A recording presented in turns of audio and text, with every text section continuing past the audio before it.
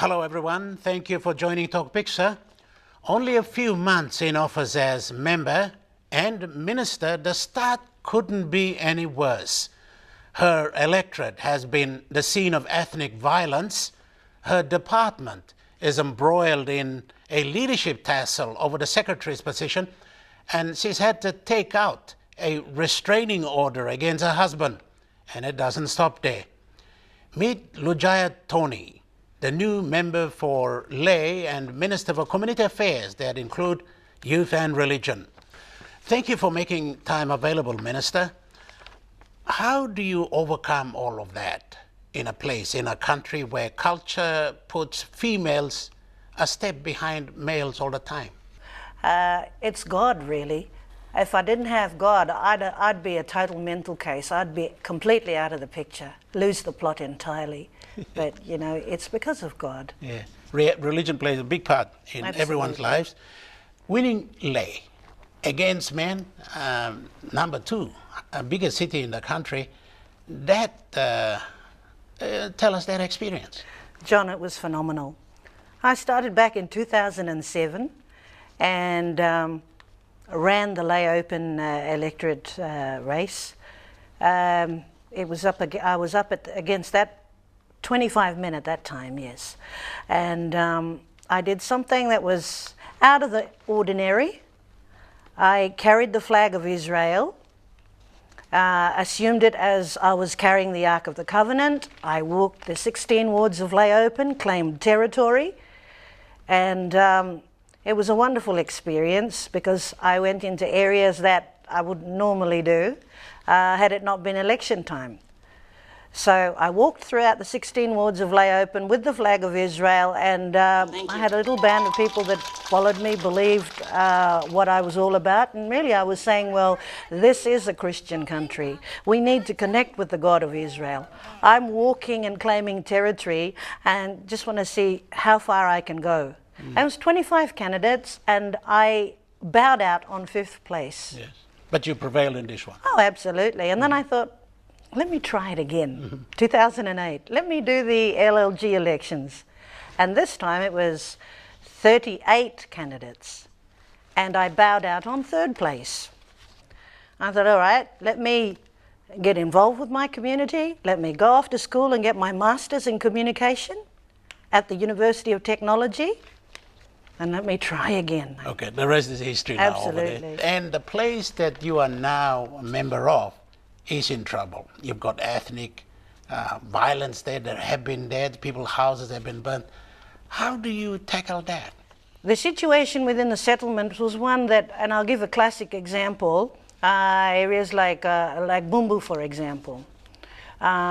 It's just a situation where you have youths who were on homebrew and were walking back after whatever it was they were doing in the evening, and accosted someone from, you know, another ethnic group, and then there was physical interaction, and then somebody's left dead. Yes. So, and then the next morning, you know, a dead body is found and people take sides, and they do it outside of the law. They just go and retaliate, burn a couple of houses down, and this side decides, yes, let's go and do the same to them. And when you go into the settlement and you actually talk to them, the women and the children are the ones that suffer the most. Yes, yes. The community leaders said, you know, we want to live together with each other in the settlement in peace and harmony, but really it's these it's these young people, it's the youths.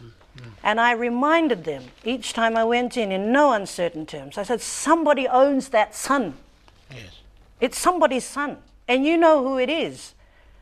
And because you cannot contain your own child, you expect the community leader to do that. And when the community leader thinks, well, the police should be there, and they are not able to be there because of logistical inability, resources, you know, they just don't have. Parents should be blamed for what's happening well, to you. You know, I mean, let's start at the roots. You know, obviously we've got kids running around and they're doing this, that and the other. And if you've, as a parent, have not been able to communicate with your son and your daughter and harness them in, who do you expect the next person's going to take that responsibility? And when, you know, you expect the teachers at the school to do it, and when they are unable to do it, and the kids kicked out of school, you expect the community leader to do it. I mean, I'm talking the mindset of those that are living in the community. And when the community leader has tried his utmost to try to bring that child in, and the child, you know, is disrespectful to the community leader, then you think the police is going to solve that problem. Now this time, when I went down three times to Bumbu, they all said to me, oh, Mipla, like, member must come down. Member must come down and look at Mipla. So when the member walked down there, I said, so what's happened with the community leader? Oh, mama lain, Mipla stop luwena, Mipla no na bluk salo dis la pigini. You know, what is the problem? Well, toko police, you know, come na this na Mipla na like talk lo. Community leader bong want the police na find out kisim dis la pigini come na look savelo wanem heavy blood dis la pigini mo se wanem. Is there a decision being made by the province? Are you all getting together to resolve that? Leh is industrial city, Absolutely. the second in the country. That is a very good question that needs answering, because the good governor, Honourable Kasiga Kelinaru, has done his bit. He's going around talking to these community leaders. Now, what I am doing, John, is that I believe that biometric data registration has to begin, and 5 million has already been paid into District Treasury. Within the next couple of weeks, John, I want to make sure that the awareness is done, first of all, for the Lay Chamber of Commerce, for the churches that are in Lay, for our provincial government and the good governor. They see the awareness on what exactly is this biometric registration, what it's going to achieve. And we're partnering with Civil Registry. We're partnering with various organizations who are going to benefit from the data. I have actually engaged, John, Skyco, that is a local Papua New Guinean company, and it's a pilot thing, John. And what we're going to do is, within this a short period of time, perhaps 4 to 5 months, we're going to collect or capture the data of the 23 Lay urban wards, lay urban and lay rural. That's being done in conjunction with the Electoral Commission or the census? Well, I'm sure they'll be interested in the data that I will provide to them. Yeah. Because when we have a stakeholders meeting, and when our people that are the ones that are going to be on the ground working this biometric rollout, they will capture also what the Electoral Commission wants. Yes, what does the Health Department want? What does Education want from that what we are doing, the exercise? All right. Tell me a little bit about your partnership you have with Quick Build. I believe that in order to achieve development, we need strategic relationships to be forged. And so I didn't go to Quick Build. They came to myself and Honourable Housing Minister, Member for Makam, Paul Ezekiel. Quick Build set up a PowerPoint presentation in the Lay International and invited the two of us to go and have an audience with them. So we did. And we came away absolutely impressed at what they were able to provide. Not only affordable housing and infrastructure, but also an arrangement where they are also going to use our youths, our local labour force, you know, that is provided within the particular ward area where that infrastructure is going to be laid down. They will use them to participate in setting up that particular infrastructure, and at the end of that, certify them, you know, give them a certificate and that kind of thing. And I thought that was absolutely wonderful. Adding on to that also, because I wanted particularly to concentrate on institutions, educational institutions, but especially police, CIS, and EGAM. I'm coming to EGAM. And like I said, I don't care whether that's in my electorate or not, but because it overlaps, I'm taking that responsibility. Well, so but the minister's concerned, like CIS Minister, Minister. I have run that past CIS Minister verbally. Now I've got a letter there waiting for him to see exactly how much I've already put down. And he'll be pleased. And the Police Minister, and I wrote a letter to him. I spoke to him verbally and I said, colleague Minister, I'm putting down 1 million and you're going to come good with another 1 million. To CIS Minister, I said, I'm putting in 600,000. You're coming good with another 600,000. Are they? Have they indicated? Absolutely. What else can they do? I mean, it's going to make them look good. I'm behind them. I want to help them build infrastructure. And what minister, what member of parliament will not like a counterpart funding deal?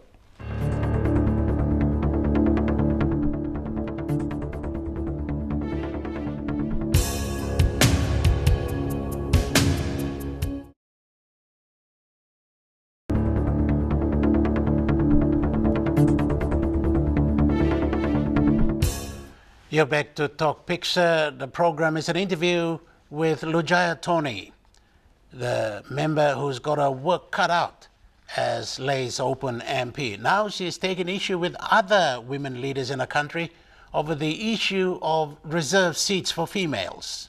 Let's put it this way. I didn't come in on the reserve seats, and I've done my homework in the downtime. I didn't just sort of arrive on the scene 2007, 2008 and 2012 and say, I want to run for elections. And I just arrived, get in there, get 1 week of training from, you know, our international partners, and then decide that, you know, look around for the money and that kind of thing. I thought about it. What happens in the downtime? Yes.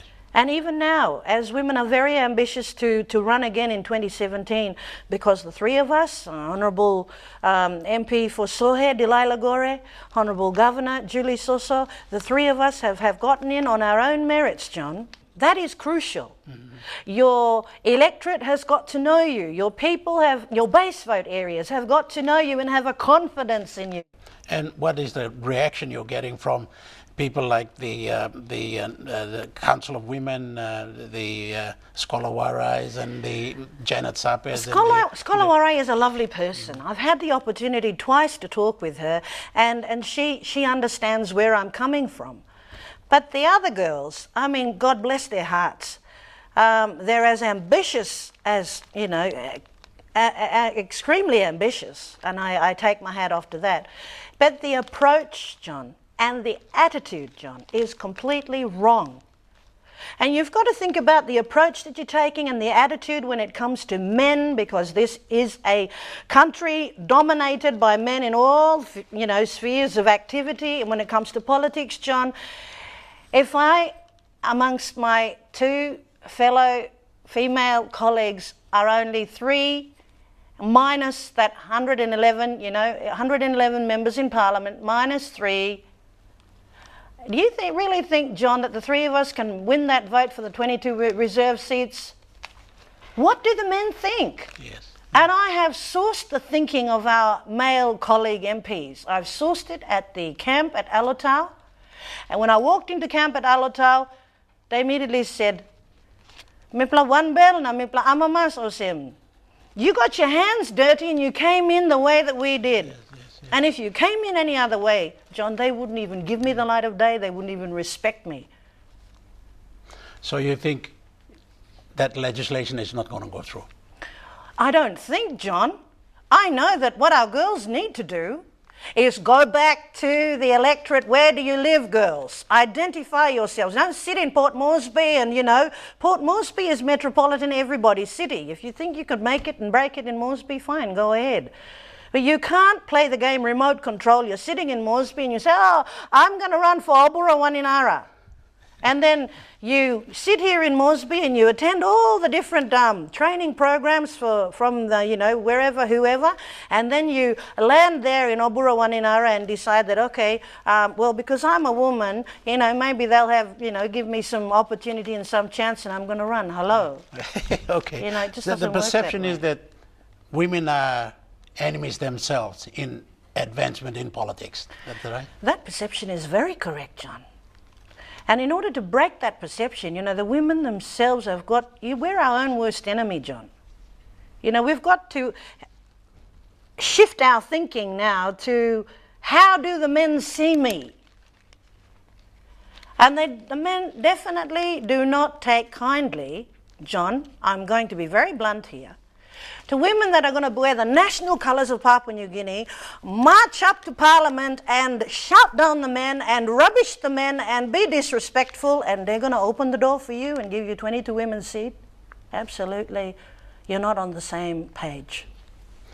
All right, let's get on to leadership within the ministry which you had. You are the Minister for Community Development. You have moved in there to a hostile department, it appears.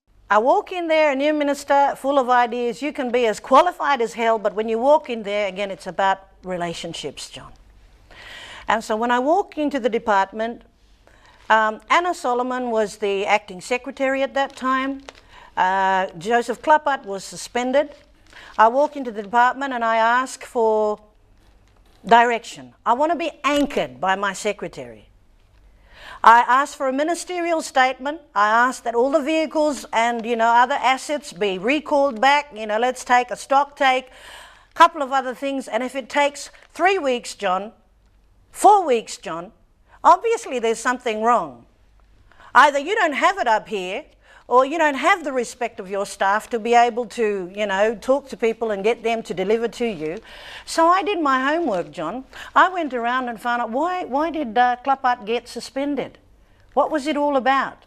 And I realised that he's cleared of his allegations, 1. 2, the suspension period of the gentleman had lapsed and had been extended another 3 weeks over the Did you establish initial... why he was suspended, Yeah, there was, allegations. If he was exonerated, that is. Yes, he was exonerated. And it was, allegations of mismanagement, etc., etc. And then you look at the time period of his suspension and it had lapsed by 3 weeks. So I broached the subject with Chief Secretary of the possibility of reinstating him so that perhaps he could anchor me into the department and help me with ministerial statement and get my vision. And I wanted to tie the vision for Lay District with the community development and just sort of have a template for the whole country. Okay. Then yours truly, Anna Solomon, decides she wants to take a court case out. I'm dragged into that court case. I have no vested interest whatsoever in the pair of them. Anna Solomon's in charge now? Oh, well, she's put herself in charge. Okay. Are you cooperating with the Eastern Department? No, we have not been able to cooperate because I told her to her face, John, that she was person non gracia. She doesn't have it up here, she's not able to communicate with me, and she has got rogue policemen against me.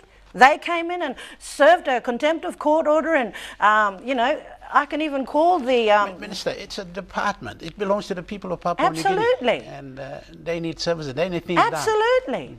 And because I was new and I really didn't know who exactly is neutral, because you had some on this camp, some on the other camp, and sadly, even, government personnel who should be sticking up for government. Now, who is government? Am I on the government side? Is she on the government side? It was government versus government, and it's ridiculous. John, to cut a long story short, I'm now putting in an NEC submission to terminate the both of them. Okay. And terminate the both of them and let's just have a new secretary and let's get on with the delivery of services. They can fight their case outside. If they're owed any monies, public service and whatever can pay them off outside and wherever. I have to deliver. That's right. And I'm not going to be held hostage. And she can go out and sort a problem out there with Klapat and all those renegade officers that are in there. John, it's ridiculous. They've taken over welfare. A person who has not been approved by Gazette is signing the birth certificates, is signing the, child welfare, whatever. It's ridiculous, John. So there's a problem over there. It is a problem. And I even had the...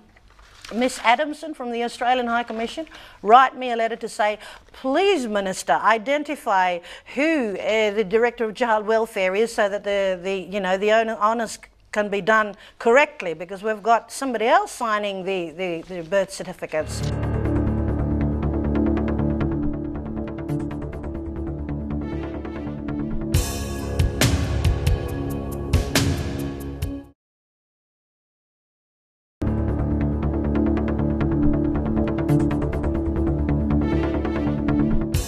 You're back to Tok Piksa with Loujaya Toni, the Minister for Community Affairs, that includes religion, youth and family. And it would seem almost ironical that her own private life is in the limelight and for the wrong reasons, court cases. Unfortunately, you've had to go to court yourself, even on a personal note. Oh, how is please, that? Without John, preempting the court decision. We don't want to do that, but, John, when you do want to get things done and you have the heart for the people, 37 years we've suffered from development, real tangible development that has touched people's lives and changed them for the better and sanabi more infrastructure so that people know that something is growing before their eyes and their brains are expanding and, we want that kind of thing to happen. And I'm so sold out, John, on making sure that this 5 years impact my people like never before, so that Lay District becomes an electorate that has people that take ownership. And the court case with your husband, that's not going to let you down? And that John, this is amazing. I have a 12-year relationship with Mr. James Toni, a 12-year relationship. The first 5 years was wonderful, John.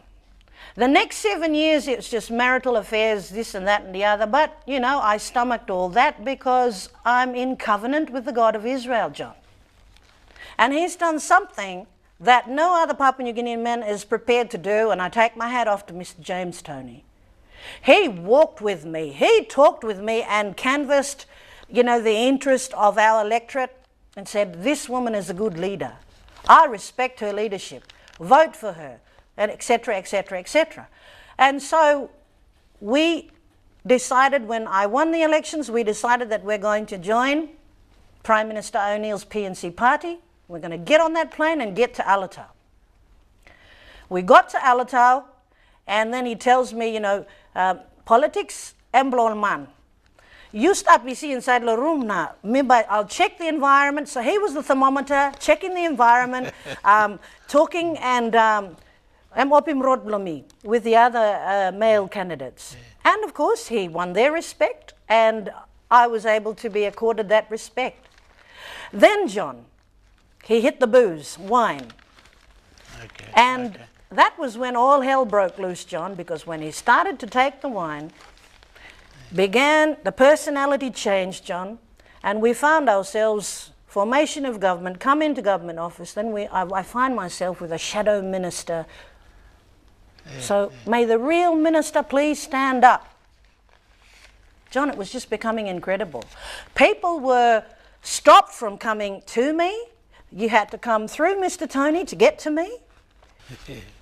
I need protection. My staff need protection from verbal abuse. What else do I need protection from, John?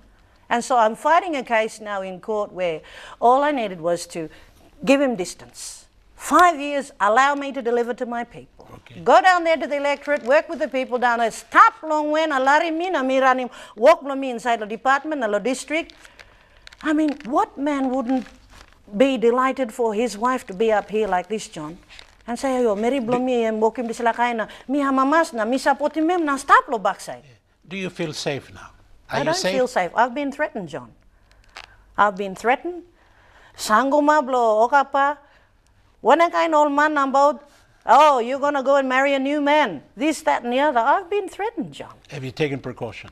I have, you know, security and that kind of thing. But, you know, at the end of the day, you know, this is Papua New Guinea. Okay, you're one of three in Parliament right now. There's some before you, or the three of you.